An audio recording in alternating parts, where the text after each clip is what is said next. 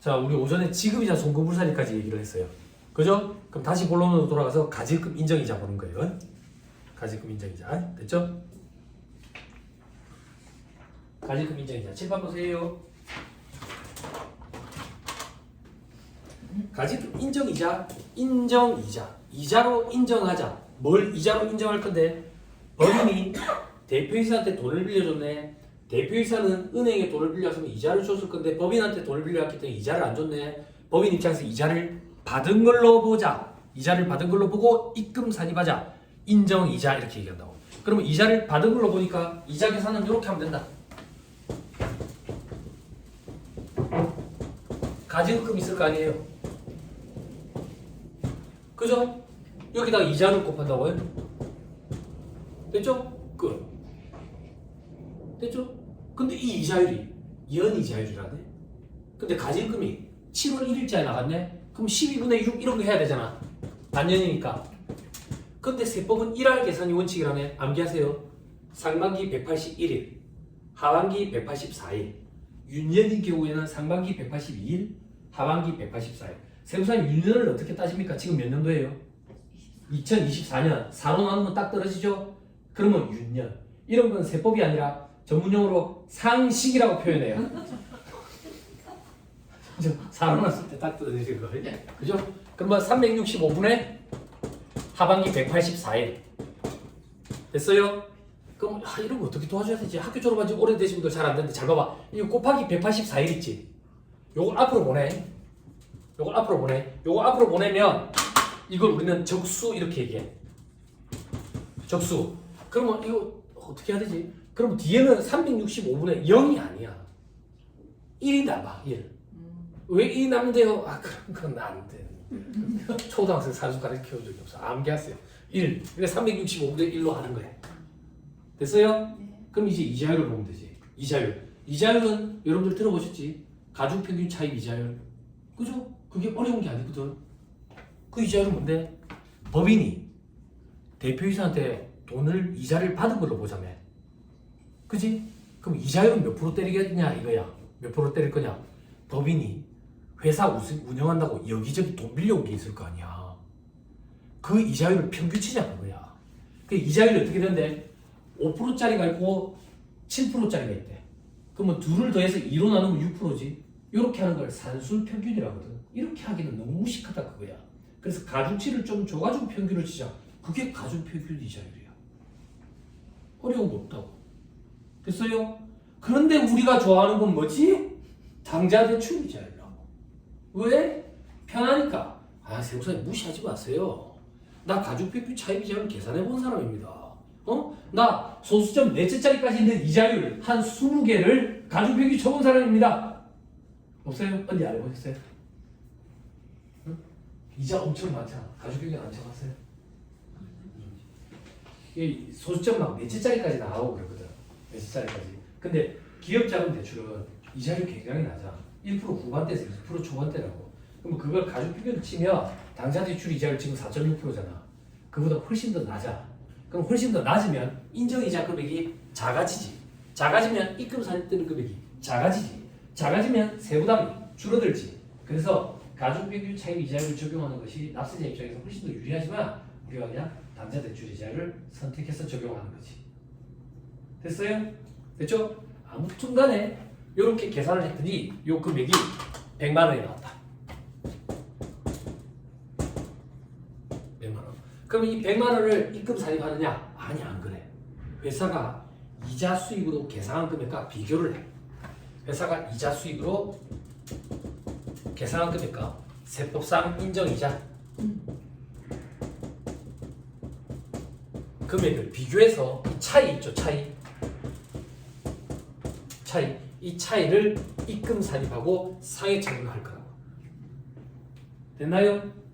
그런데 극단적으로 가정할게. 어떤 가정? 인정이자 100만 원이야. 100만 원인데 회사가 이자 수익을 얼마를 달았냐면 99만 9,999원을 달았어. 1원이 차이 난다고. 이런 것까지는 입금 산입 안 하겠다 그 얘기야. 그러면 차이가 상당히 클 때 세무조정을 할 때. 그럼 차이가 얼마나 상당히 커야 되는데 차이가 큰지 여부를 판단하는 걸 중요성 요건을 검토한다 그래. 중요성 요건을. 그래서 차이가 크면 중요하니까 세무 조정을 한다고. 그 차이가 얼마나 커야 되는데 둘 중에 3억 원과 시가의 5%둘 중에 작은 거 이상이어야 돼. 이런 경우에 세무 조정을 한다고. 그럼 여기서 말하는 시가는 뭔데요? 시가는 세법상 계산한 이 인정이자를 얘기하는 거예요. 그럼 뭐 차이 만약에 이자 수익이 70만 원이다.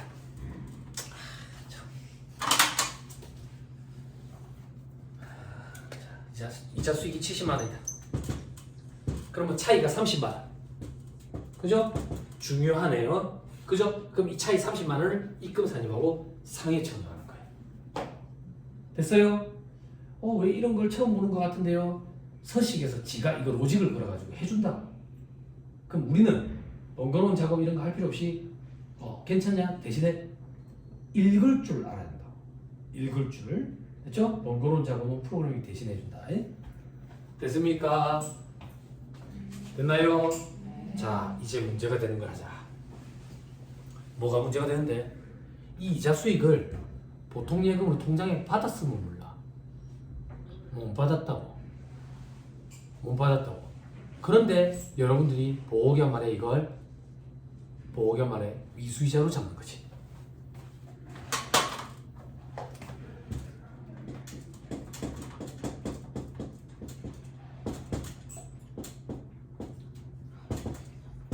만에서 잡는 거지.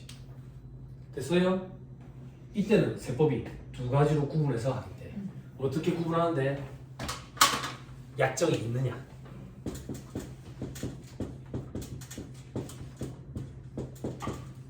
약정이 있다는 얘기는 대표이사가 가지금을 회사에서 갖고 갈 때 금전 대차계약서 이런 걸 써가지고 이자율 같은 거 이런 거 쓰고 그리고 언제 그 상환하겠다 이런 조건을 다 달아. 그런 경우에 약정이 있다고 표현하는 거야. 약정이 있으면 세무조정을 어떻게 하는데 이 미수이자는 약정에 의한 지급기일이 속하는 사업운동에 귀속되기 때문에 회계상 발생주의에 따라서 처리한 거랑 손익귀속 시기에 차이가 있어. 그래서 입금불산이 마이너스 유보해. 입금불산이 미수이자 70만원 100만원 생략할게요. 마이너스 유보. 그리고 세법상 인정이자 금액과 30만원 차이 나죠. 입금산입 상해처분해. 입금산입 인정이자 30만원 상해처분한다. 관심 없죠? 왜 관심 없는데? 여러분들 약정이 없잖아. 그죠? 그럼 약정이 없으면 원칙적으로 어떻게 해야 되는지 보여드릴게요. 자, 약정이 없대. 약정이 없으면 어떻게 되는데? 약정이 없는데 누구가 미수이자를 잡아놨다고? 가공자산이다 그 얘기야. 그래서 가공자산을 없애는 세무조정을 해. 증가시키는 세무조정 입금산입, 줄이는 세무조정 손금산입, 입금불산입. 미수이자 70만원 마이너스 6 칠판 주의. 여기도 입금불산이 마이너스 6이고 여기도 입금불산이 마이너스 6인데 의미도 완전 달라. 여기는 귀속시기, 손익귀속시기의 차이 때문이고 여기는 가공자산을 없애기 위한 세무조정이야. 그럼 어떻게 되는데? 가공자산을 지금 없애버렸지? 없애버렸으면 세법은 이런 거 인정 안 된다는 얘기야. 이런 거 인정 안 된다고. 인정 안 된다는 얘기는 회사가 이자 수익 계산한 거 아무것도 인정이 안 돼. 그럼 세법이랑 차이는 100만 원이 차이가 나게 되지. 그래서 100만 원을 상해 청구해야 돼.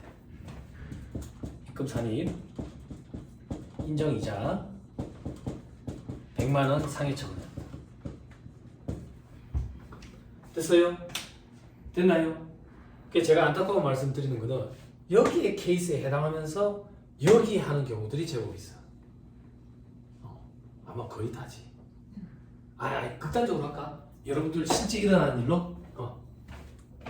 여러분들은 실제 어떤 일이 일어나는데 이 이자 수익 100만 원이지 여러분들. 100만 원.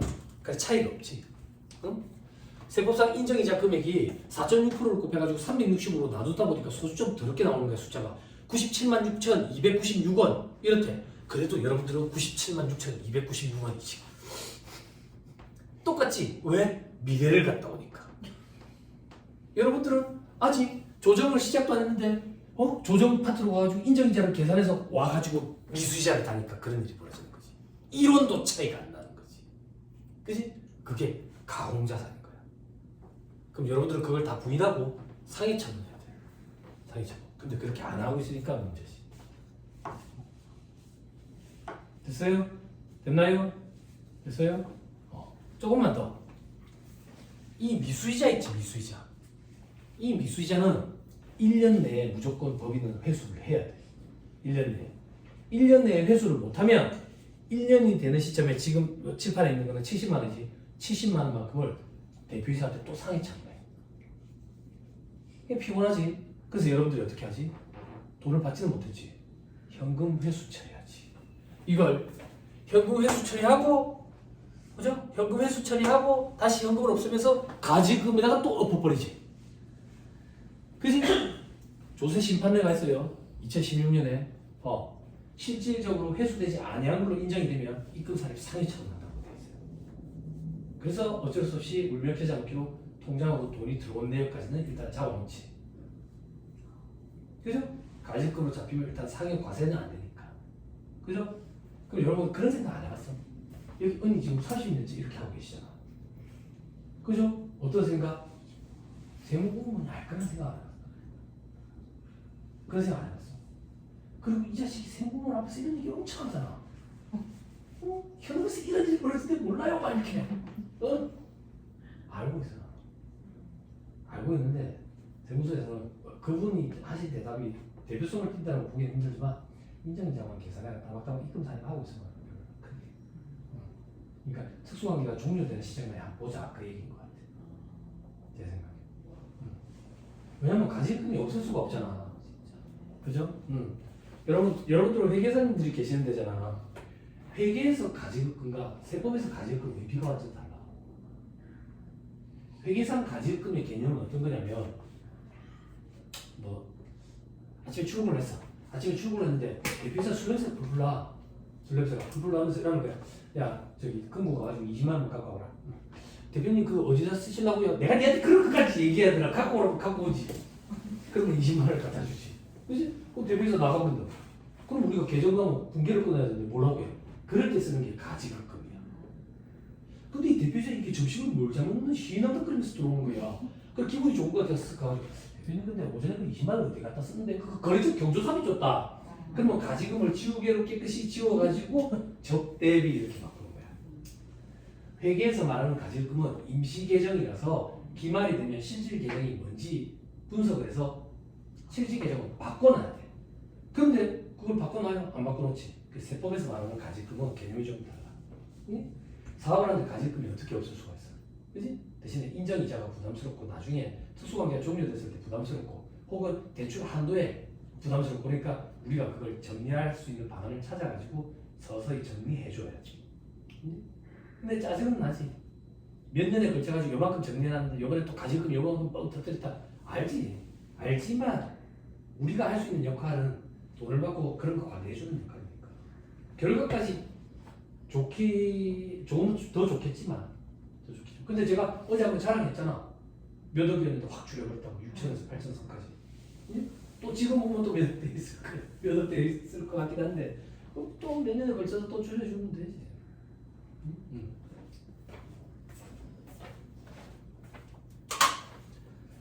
됐습니다. 책을 보세요. 가지금 인정이자의 의미 중간에 산식 보세요. 인정이자에서 회사 수입이자 계상액 그래서 차이만큼 입금 산입하고 인정이자로 이렇게 세무 조정한다. 됐죠?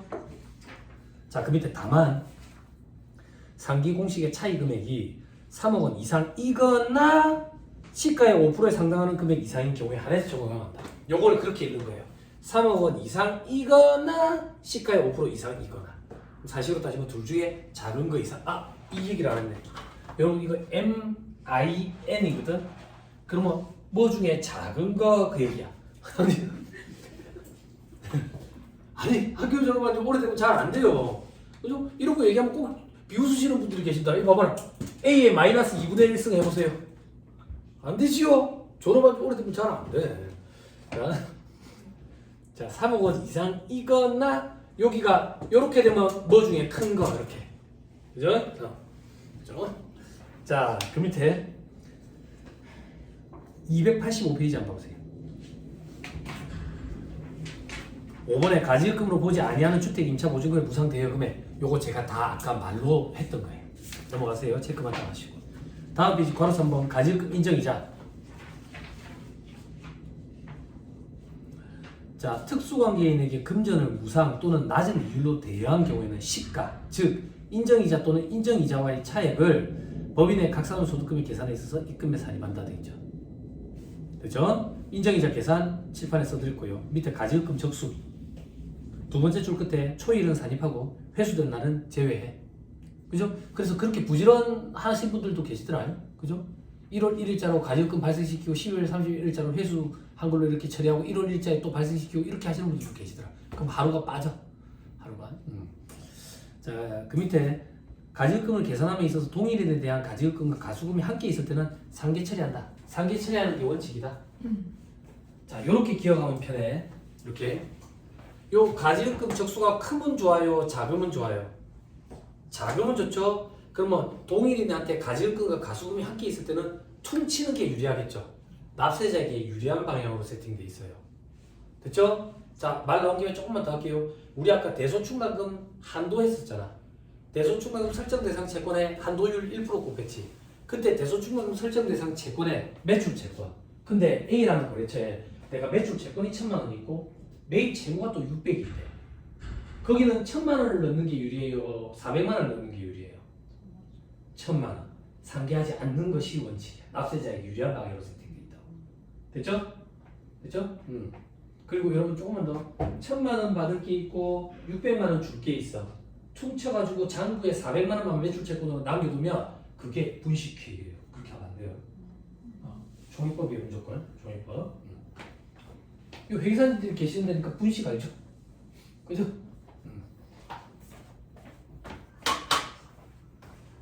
놀랬어. 범죄기인 것 같아가지고 많이 놀랬어. 괜찮나요? 왜? 우리 늘상 하는 거 있잖아. 아, 세우사님 왜 그러는데? 우리가 뭘 늘상 그렇게 하는데요? 키말 재고 그죠? 또 어떤 게 그런 게 있는데요? 또 저기 외상대 전화하면 업체 사장이 뭐라 하는데 막 11월 한 달치 정도만 필담을 나눠야 된다고. 필담을. 제가 이번에 C급 했거든요. C급. 제가 어제부터 가성비 자꾸 얘기했잖아요. 그지? 그렇지만 어제 그 업체 있지. 끊었다가 마이너스 쳤다가 끊었다가 마이너스 쳤다가 그 업체는 왠지 조금 찝찝하더라고요. 찝찝해서 그 업체는 외상대 꼬박꼬박 다 맞춰. 꼬박꼬박 다 맞춰. 그런데 올해 종소세 신고할 때 작년 기말 기준으로 연말 기준으로 해가지고 외상대 차액 제가 파악이 안 되니까 파악해달라고 엑셀 파일에서 보내줬어요. 보내줬는데 사장님이 바쁘니까 차일 미루고 답을 안 해주는 거야. 답을 안 해줘. 아니나 다를까 문제가 터져가지고 나 깜짝 놀랐어. 대금 중에 일부 못 받은 게 있어가지고 소송을 갔다고. 소송을. 그럼 여러분들 아시겠죠? 변호사 측에서 해주는 거 있어요. 자료 우리가 다 만들어줘야 돼요. 그죠? 증빙 자료를. 우리 증빙 자료는 세무계산서 발급한 거. 그리고 미수 내역을 보여줘야 될 거 아니야. 근데 그걸 받았다고 처리하면 되겠어? 봐봐. 그런 게 무섭다니까. 근데 자기들 딸은 그냥 쉽게 얘기할 거냐. 12월 한 달치 정도만 이렇게 잡아.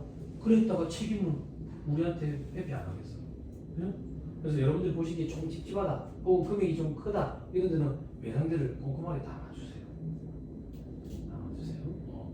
외상대 맞추는데 알지. 업체 사장이 지금 바빠가지고 답변도 안 주고 그리고 외상대 맞출 때 자기가 또 하려니까 또 귀찮고 그래가지고 통장에 오니까 이거 통장 내역 이거 뭐 얘기 물어봐도 답도 안 하고 그럴 때는 저는 무조건 다 가질 거. 무조건 다 가질 거. 나중에 실계정으로 바꿔주더라도 무조건 다 가질 거. 그렇게 하는 게 제가 판단할 때는 보수적으로 하는 것 같아요. 저는 되게 보수적으로 하는 스타일이고 부산에서 저는 좀 FM으로 하는 스타일이라고 소문이 나 있어요. 그래서 잠을 참 잘 자요. 그렇게 하셨으면 좋겠습니다. 물론 조직의 오너 마인드에 따라 달라지지만 자, 그 밑에 인정 이자율 돼 있죠. 그죠? 여기 언니분들도 잘 봐. 동그라미 2번에 인정 이자율 돼 있죠. 그죠? 요거 좀 읽어주세요. 첫째 줄. 우리 286페이지 맨 밑에 동그라미 2번 인정 이자율. 그 밑에 줄 읽어주세요. 소리 나서 좀 읽어주세요. 인정이자 계산 시 적용되는 시가의 이자율. 예? 뭐라고 다시? 처음부터 다시. 인정이자 계산 시 적용되는 시가의 이자율. 예? 다시 처음부터 다시. 인정이자 계산 시 적용되는 시가의 이자율. 됐어요. 인정이자 계산 시 적용되는 시가의 이자율. 그게 무슨 말인데? 이 파트는 이자율을 시가라고 표현해요. 이자율을 시가. 그래서 언니들도 힘들어하는 거예요. 왜? 세무사님 여기 시가 있잖아요. 여기 시가. 이 시가는 뭔데요? 세법상 계산 사식에 의한 인정이자 계산 금액. 이게 시가야. 인정이자 파트만 시가가 두 가지 다 시가라고 표현한다고. 이자율도 시가라고 요것도 시가라 해. 그래서 국세법령정보 시스템 이런 데서 얘기를 찾으면 시가 뭘 얘기하는 거야? 이자율을 시가라고 표현해. 응? 이걸 알아야 돼. 그렇죠? 오케이, 됐습니다. 나머지 볼 필요 없습니다. 자, 그 원칙은 가중평균 차입 이자율이다. 다음 페이지. 나의 예외 당좌 대출 이자율을 적용한다. 어떤 경우냐? 다음 페이지 맨 위에 4.6%라더라. 그죠? 그때 동그라미 니은 당좌 대출 이자율을 시가로 선택한 경우 선택한 사업연도와 이후 두 개 사업연도는 당좌 대출 이자율을 적용해야 된다. 즉 왔다 갔다 장난치면 안 된다. 됐죠? 이러니까 또 옛날 일이 생각나네. 저를 보세요. 외부 조정 업체예요. 외부 조정. 느낌이 팍 오시죠? 또 저 때문에 또 갔겠죠? 느낌이 팍 오시죠? 제가 의원님한테 엄청 죄송했다고. 나는 외부 조정 업체만 관리해주는 조건으로 왔는데 너무 죄송하더라고. 일이 확 줄어서 내가 아무튼 그랬는데 3월 말법이에요. 3월 말법이. 이거 우리 당좌 대출 이자율 과거에 6.9%였던 거 기억나죠? 그죠? 그럼 3월 말법이는 당좌 대출 이자율을 적용할 때 12월 31일까지는 6.9%를 적용하고 1월 1일부터 3월 말까지는 4.6%를 적용해야 한다고. 근데 여기서도 엑셀 프로그램 뭐 이런 걸 해가지고 만들어 왔는데 1년 내내 6.9%를 적용할 거야. 자, 그러면 여기 경력 짧으신 분들 계시니까 이렇게 얘기하자. 이자율이 6.9에서 4.6으로 바뀌었다고요. 이 이자율이 낮으면 인정이자 금액이 줄어들겠죠.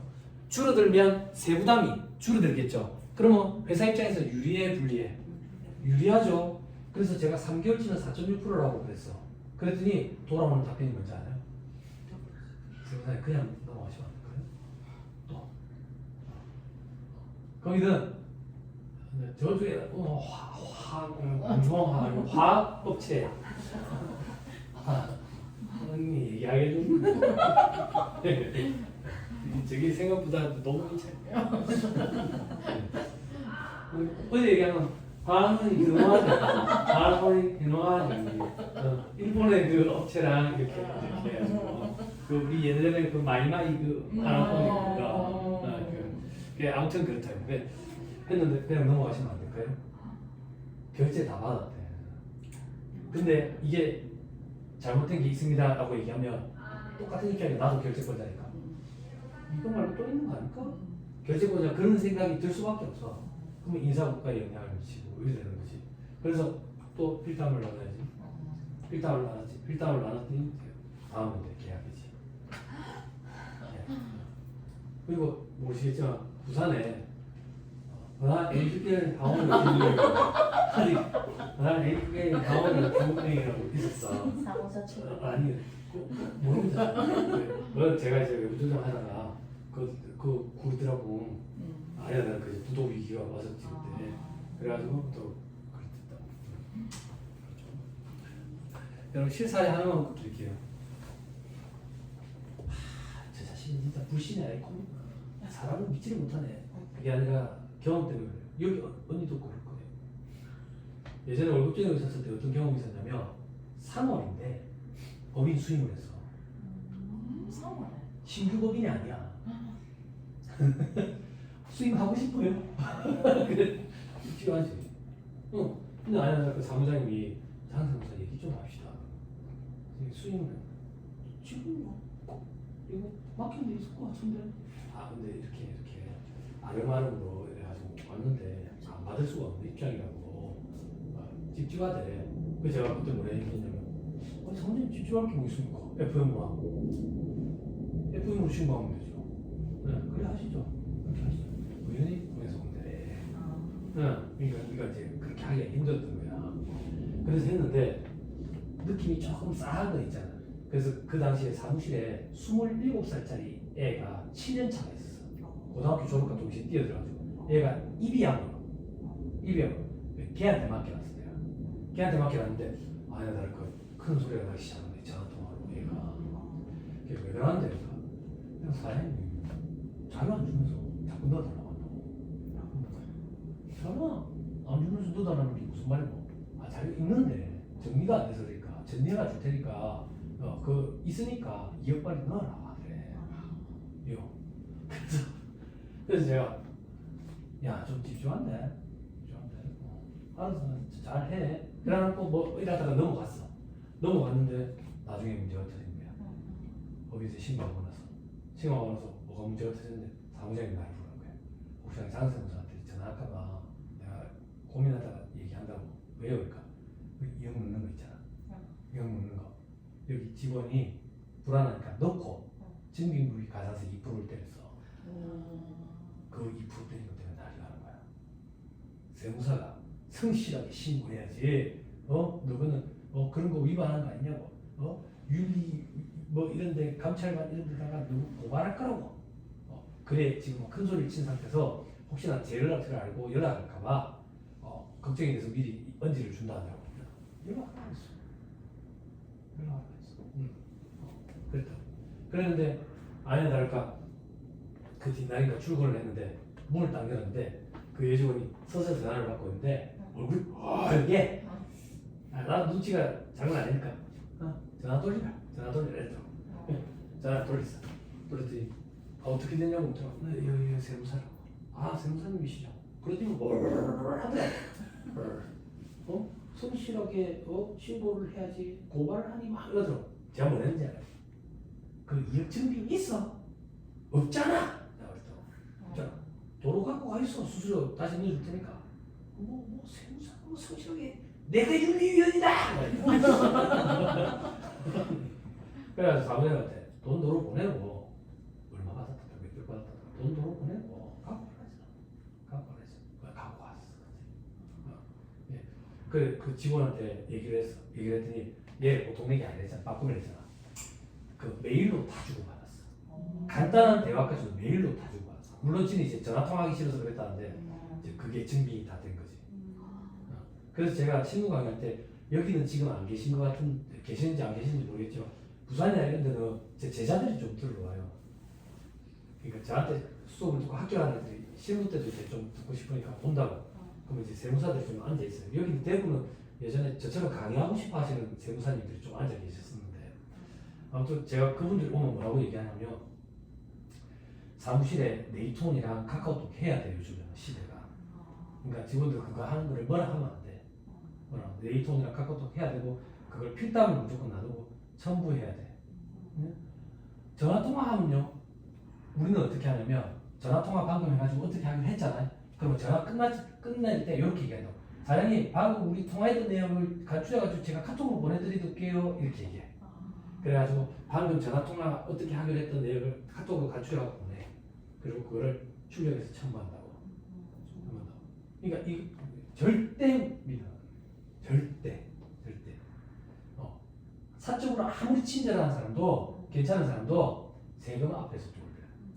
세금 앞에서. 그러니까 얘 언니는 경험 많으셔서 아마 그런 경험 비슷한 경험이 있을 거야. 그러니까 그런 걸 한번 딱 다 해보면 듣죠. 그리고 납세자들은 본능적으로 자기한테 유리한 자료만 얘기를 해. 넌 일할 때 어떻게 하는데 길게 대화하는 거 안 보내. 그냥 다 갖다 주세요. 자료를 다 갖다 주세요. 이거 뭐 정리하고 아니 정리 내가 다 주세요. 외부 조정 업체도 다 주세요. 선생님 저희가 대충 이런 거 명세서 작성했는데 왜 다른 얘기 있어요? 뭐 잘못된 게 있어요? 잘못됐으니까 다 어디가 잘못됐는데 내가 알게 다 주세요. 그럼 엑셀 파일로 값을 떠가지고 보낸다. 수식 걸려있는 대로 주세요. 내가 수직 따라가볼게. 내가 뭐 한다고 내가 나도 바빠 죽겠는데 딴 데 얘기로 뭐 발설할 것도 아니고 그냥 다 주세요. 내가 알아서 할게. 이렇게. 그래야 흔들리지도 않고 다 되는 거야.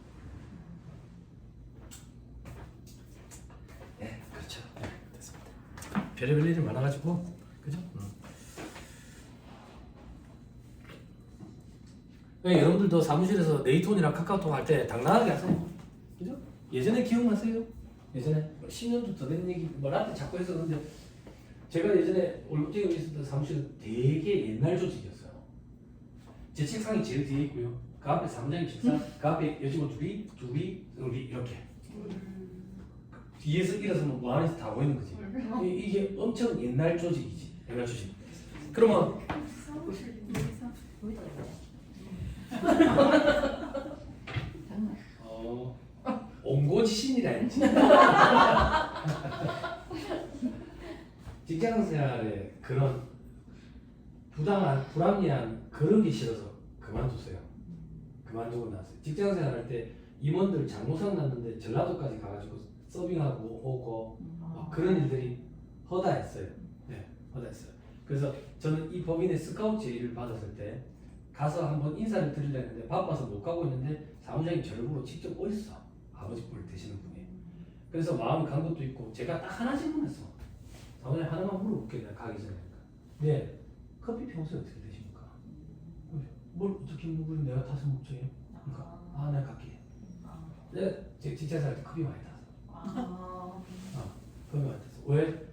4년 만에 들어온 공채로 여자 동기랑 저랑 있었는데 얘는 인사팀이고 저는 기획팀이고 얘는 맨날 커피 타는 거야. 수현 씨가 커피 타려고 오나? 이랬는데 여직원들끼리 또 교시가 수현 씨한테 커피 타려고 오냐고 얘기했다고. 너무 또 매장시키는 거야. 근데 또 부산 사람이니까 뭐 말하면 싸우는 거 같고 화가 나고 병호 씨 화났어요? 화가 나니까 나는 그 사람 참 좋아하는데 참 좋아하는데 그랬는데 그게 좀 그렇더라고. 아니야 다를까 회계감사 때 그때 3점인가 3일인가 그랬어. 회계사 2명이 오는데 27, 28 먹은 애들이 기침을 주고 이렇게 들어오는 거야. 자격증이 참 좋구나 그 생각을 했어. 전무님이 옆에 따라다니면서 막 이러고 있는 거야. 그래가지고 기획팀이랑 재경팀이랑 같이 회의를 하니까 커피를 12잔 타야 돼. 내가 탔어. 내가 커피를 타가지고 들고 들어갔는데 우리 팀장이 저를 보면서 뭐라 하는지 알아? 용호야 왜 네가 커피 타가지고 갖고 오냐? 여직원 없냐? 싸웠구나. 그래서 그만두게 됐지. 그만두게 됐는데 여기 그 사무장님 직접 타드신다 해가지고 스카우트 제의를 받아서 갔는데 이게 웬걸 우렁각시가 있는 거야. 저는 뭔가 책을 본다든지 집중하기 전에 조금 준비하는데 시간이 많이 걸려요. 사무실에 도착하면 일단 옥상에 가서 담배를 피우고 커피 마시고 손을 좀 자주 씻는 편이야. 손 좀 씻고 그리고 딱 앉아가지고 좀 예민해. 그래서 책상 위에 아무것도 없는 걸 좋아해. 책도 잘 안 필라고. 그래서 이래가지고 시작하면 보면 커피가 있어. 하얀 사기 그릇 안에 누구지? 뒷날 담배 피고 오니까 또 있어. 나를 피한다는 느낌이 들어. 절대 마주치지 않아. 그래서 차장님이 그러니까 예 세무사님 이 커피 이건 뭐예요? 왜요 세무사님 뭐 커피 문제 있어요? 아니 맛이 없어. 맛이. 왜요 세무사님? 나는 둘 가는데 이건 셋인 느낌이 들어. 그러면 앞으로 그렇게 타갈게요. 타지 말라는 소리요. 커피 내 입에 맞게끔 먹게. 나도 혼자 오래 살아봤는데 설거지 하는 거 더럽게 귀찮아요. 하지 마세요. 그래서 그 뒤날부터 종이컵에 커피를 타기 시작했는데 요즘 안절부절하는 거야. 그러면서 한마디 툭 던져. 세무사님 그 잔 드세요. 잔. 왜요? 환경 호르몬 나와요. 잔에다가 따라 마시면 하루 더 살겠죠. 하루 더 사는 것보다 설거지 하기 싫어요. 그런 게 싫어가지고 이쪽으로 왔는데 이쪽으로 오니까 너무 감사하더라고요. 너무 감사하더라고요. 방금도 여기 점심 먹을 때 여기 알바생이 막 숟가락으로 막 이러면서 이러는 거 하지마. 너랑 저랑 몇 살 차이 나는데 너 침대 같잖아. 하지마. 복가수 하지마. 요즘엔 그러면 뭐 난리 나죠. 자 봅시다. 밑에 인정이자의 계산돼 있죠. 네. 그죠? 첫째 줄 끝에 인정이자는 청산이 종료되어 특수관계가 소멸되는 날까지 계산한다. 그러니까 대표이사 그 전에 잘리기 전까지 계속 계산한다. 근데 대표이사가 집에 가는데 남아있는 게 있다. 그러면 입금 사집하고 상해 처분하는 거지. 됐죠? 다음 페이지 2번에 상환기간 및 이자율 등의 약정이 없는 경우 있죠. 그죠? 나에 보니까 입금 불산이 미수수익 마이너스 유보 그리고 입금 산입 인정이자 상여 그게 요거예요. 여기 약정이 없는 경우 밑에. 그죠? 밑에 이거 얘기하는 거예요.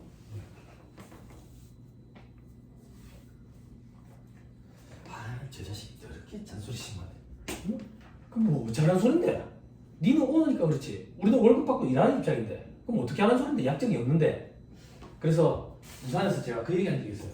혹시나 괜찮은 방법이 있어가지고 회의를 해가지고 그런 방법을 하시는 분이 계시면 피드백 좀 줘요. 다른 데 가서 또 좀 알려줄게 했다고.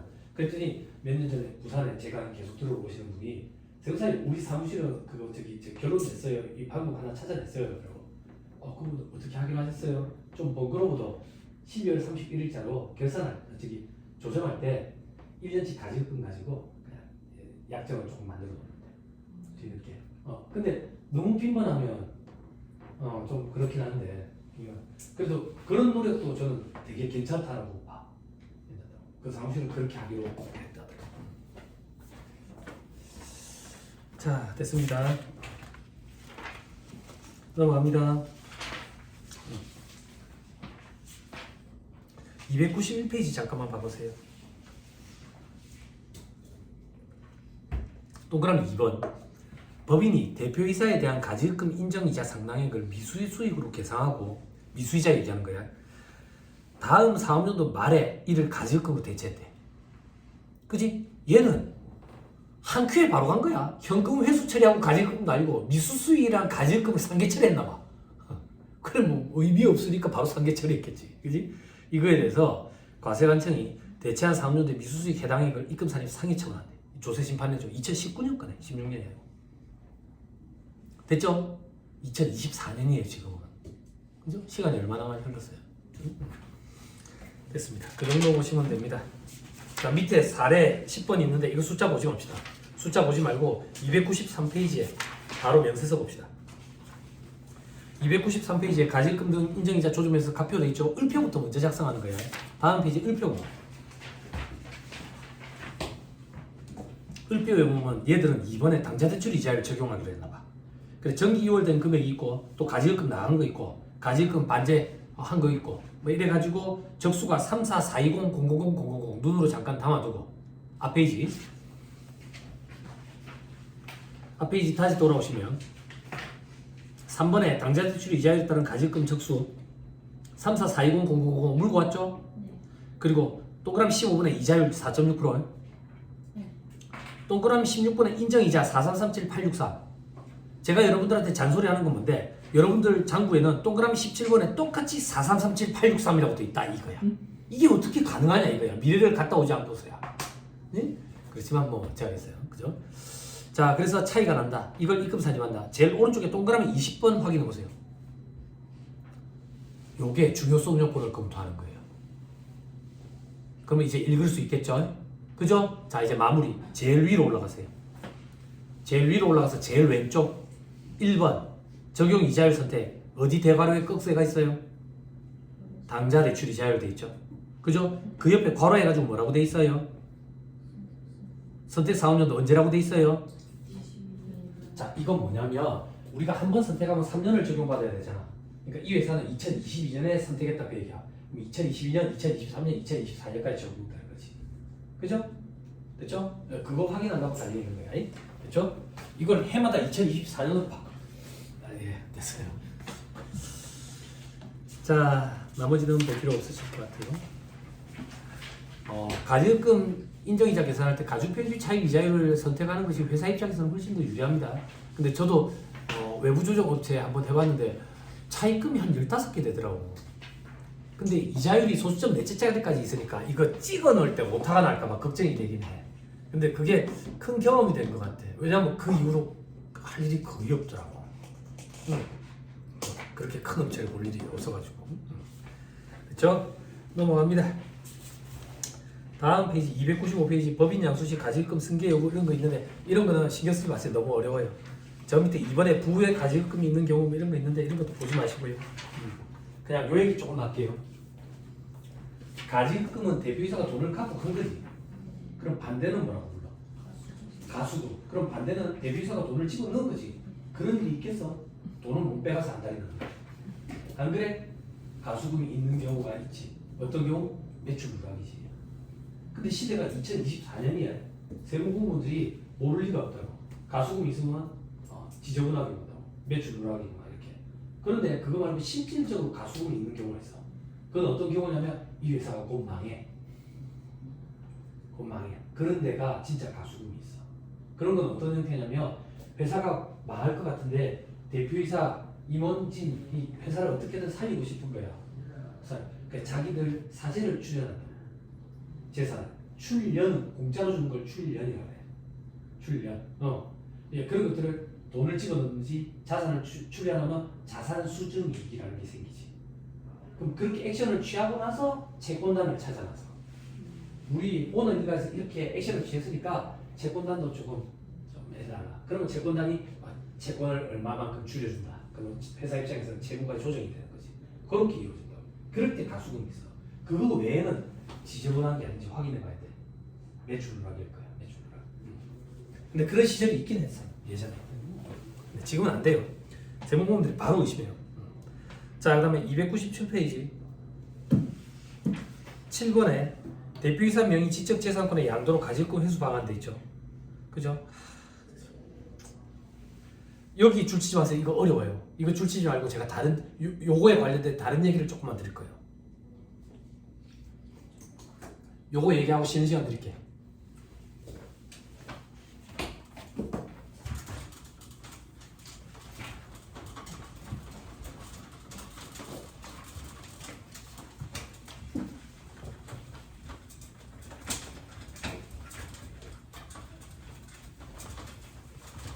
여기 계시는 언니분들은 여기 나이 어린 동생들이랑 사이가 괜찮아요? 네. 최근에 책을 좀 보는데 책에서 지금 이 시대에 40대들이 참 힘들대요. 중간에 끼어서. 기업체로 따지면 위에 꼰대들이랑 밑에 MZ세대를 연결해 줘야 되는 역할이라서. 근데 책의 저자가 김미경 강사인데 긍정적으로 생각을 하더라고. 40대가 그 정도로 업무 능력이 뛰어난 거예요. MZ세대와 꼰대들을 아우를 수 있으니까. 아우를 수 있으니까. 아니에요. 맞아요. 제가 문소리 아줌마 참 좋아하거든요. 배우. 문소리 아줌마가 저를 통해서 여러분들한테 전달해 주래요. 좋은 말을. 문소리 아줌마가 이걸 하지 말아요.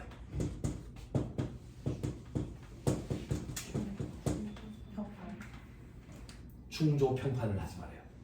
이러면 사람들이랑 두루 잘 어울리시면 돼요. 충고하지 말고, 조언하지 말고, 평가하지 말고, 판단하지 말아요.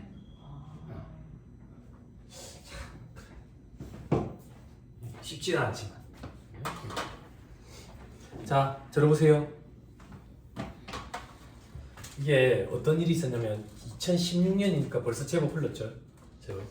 여러분들 소득세 연말정산 강의 혹은 종소세 강의 이런 거 들으실 때 직무발명보상금이라고 들어봤어요?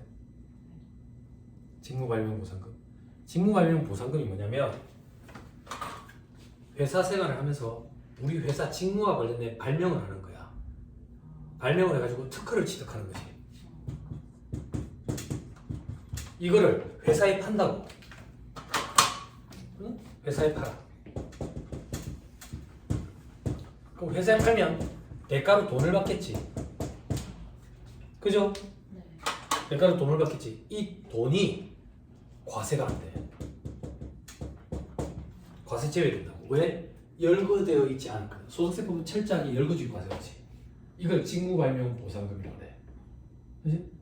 근데 희한한 일이 벌어지기 시작하는 거야, 우리나라에. 어떤 희한한 일이 벌어지는데 회사 직무와 관련된 발명을 해서 회사에 파는데 우리나라 중소기업체 사장들이 전부 다 발명왕인 거야. 중소기업체 사장들이 다 특허를 개발해가지고 팔고 있는 거지. 그지? 우리나라 중소기업체 발명왕이라고 왜 이공계를 발전시켜야 된다? 이미 발명왕인데?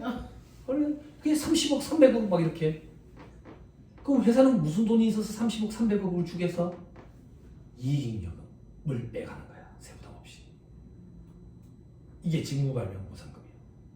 직무발명보상. 책이 있는 건 뭔데? 요렇게 빼가가지고 가지금 정리했다 그 얘기야. 응? 그럼 들어보세요. 요 얘기가 더 중요해요. 그래서 세법이 개정을 이렇게 했어. 2016년부터 요거에 대해서는 근로소득으로 과세해. 혹시나 퇴사하고 나서 팔면 기타소득, 혹시나 다른 회사에 팔면 기타소득. 그런데 그런 경우는 크기 때문에 그 못 담고 있는 회사에 판다고. 회사에 근로소득 과세해. 그런데 우리나라 사람이 유대인 다음으로 길들이기 힘들다 했지. 제가 이거 듣고 깜짝 놀랐는데 얼마나 머리가 좋냐면요. 저걸 전문적으로 해주는 브로커가 있대요. 그래서 2015년 말에 이 브로커가 전국을 돌아다니면서 이걸 맡겼대. 어떻게? 대표님 시간 얼마 안 남았어요. 내년부터는 안 돼요. 올해까지만 이익영철이 빼갈 수 있어요. 그래서 이게 엄청나게 많이 일어났나 봐. 세법이 재차 개정 손을 댔어. 어떻게 손을 댔는데 저게 만약에 30억이라고 따져봐. 30억이 아무리 큰 회사도 열심히 일하는 도 아니고 당장 마련이 안 되지. 그러니까 회사에서 회계 처리할 때는 미지급 처리할 거 아니야. 세법이 2016년 1월 1일 이후 지급분부터 과세로 바꿔버렸어. 저게 직무발명보상금. 직무발명보상금. 어디서 들어봤는데 소득세 비과세 규정에 직무발명보상금은 근로소득으로 과세하는데 700만 원까지는 비과세를 해. 그럼 왜 700만 원까지는 비과세를 하는데 저거를 과세로 바꿨더니 순수 연구 개발하는 사람들이 세금을 내게 돼가지고 피해를 보는 거야. 대덕 연구단지에 있는 사람들. 그래서 500만 원까지는 비과세 규정을 만들었다가 부족하다 해서 700만 원까지는 비과세 규정이 지금 만들어져 있어요. 됐나요? 지금은 거의 안 일어날 거예요. 세금이 바뀌. 저런 거 보면 소름 돋아요. 꼭 그렇진 않지만 우리나라에 저런 거 막 연구하는 거. 여러분들 혹시 재정학이라는 학문을 접해 보신 적이 있으신지 모르겠는데 재정학이라는 학문에 보면 이런 게 있어요. 법은 복잡하면 복잡할수록 피해갈 수 있는 방법이 많아져요. 그래서 우리나라에 보면 살인을 하면 몇 년, 뭐 남의 걸 훔치면 몇 년 이런 거 말고 나쁜 짓 하면 죽여버린다? 그러면 나쁜 짓 안 하는데.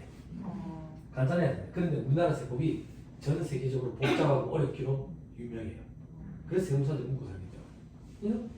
그런데 복잡하고 어려우니까 피해갈 수 있는 방법이 또 생기고 소유권 외양간 고치는 식으로 또 정비하니까 또 복잡해지고 또 복잡해지고 그래서 복잡해진 게 상법이랑 세법이 엄청 복잡해졌어요. 근데 그렇게 복잡해지게 만든 원인 제공? 자 중에 제일 원인 제공을 많이 한 데가 방어허문증이에요. 방어허문증. 방어허문증. 삼성폰. 아니요. 그 어디 있는데요? 에어랜드. 에어랜드. 아, 왜? 에어랜드는 놀이동산이 아니라 그 숲을 싹 들어가면 방어문증이 있어요.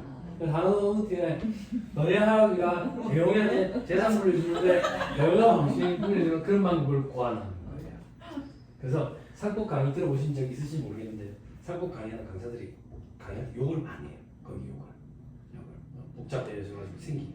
그때 병원한테 넘길 때 전환사채를 우회적으로 해가지고 했다. 그 당시에는 합법이었어. 그래서 여러분들 아시는지 모르겠는데 그 당시에 전국적으로 들썩거렸거든. 경영권을 넘겨줄 때. 근데 그 당시 법으로는 법인 기입해서 세부담이 없었어. 세부담이 없었는데 저도 들은 건데 공사회사에서 정부에서 일단 국민들이 저기 반감이 심하니까 얼마 정도 내라. 그래서 얼마를 냈대. 하더라지만. 근데 국민들이 화를 내는 데는 이유가 있어. 왜 이유가 있는데 저거가 잘 나가지고 그렇게 큰 건 아니거든. 우리나라 사람들이 애국심이 발동해가지고 저렇게까지 내수해서 이렇게 해줬지. 그러면 이제 사회에 좀 환원도 좀 많이 하고 그러면 반발이 좀 적었을 텐데 그런 일이 있어요.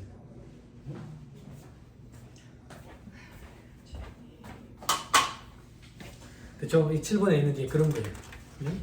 여러분들 회사에 혹시나 특허권이나 산업재산권 이런 거 갖고 있는 것 중에 어디서 샀는지 잘 보세요. 혹시나 대표이사한테서 산 건지. 자, 넘어갑니다. 299페이지.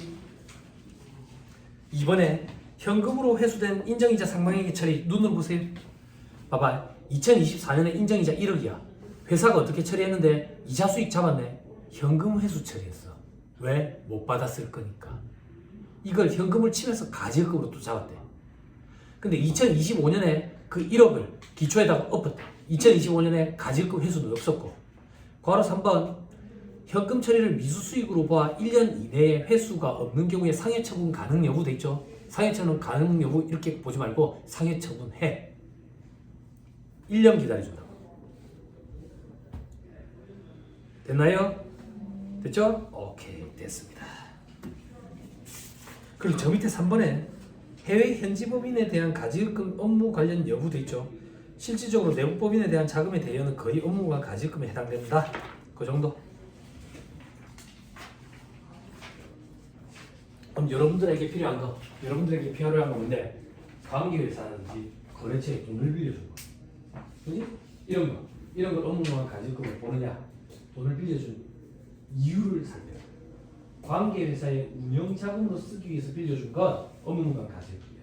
근데 운영자금이 아니라 여기에 실질적으로 어떤 투자 프로젝트에 같이 참여한 거면 투자 목적인 거지. 그럴 때는 업무만 가지급금을 보잖아. 그래서 관계회사 대여금이라고 무조건 업무만 가지급금 처리하는 건 아니야. 그 대여금의 사용 용도를 따지는 거야. 됐습니다. 쭉 넘어가시면 됩니다. 304페이지가 있는데 잠깐 쉬었다가 얘기를 좀 하시죠.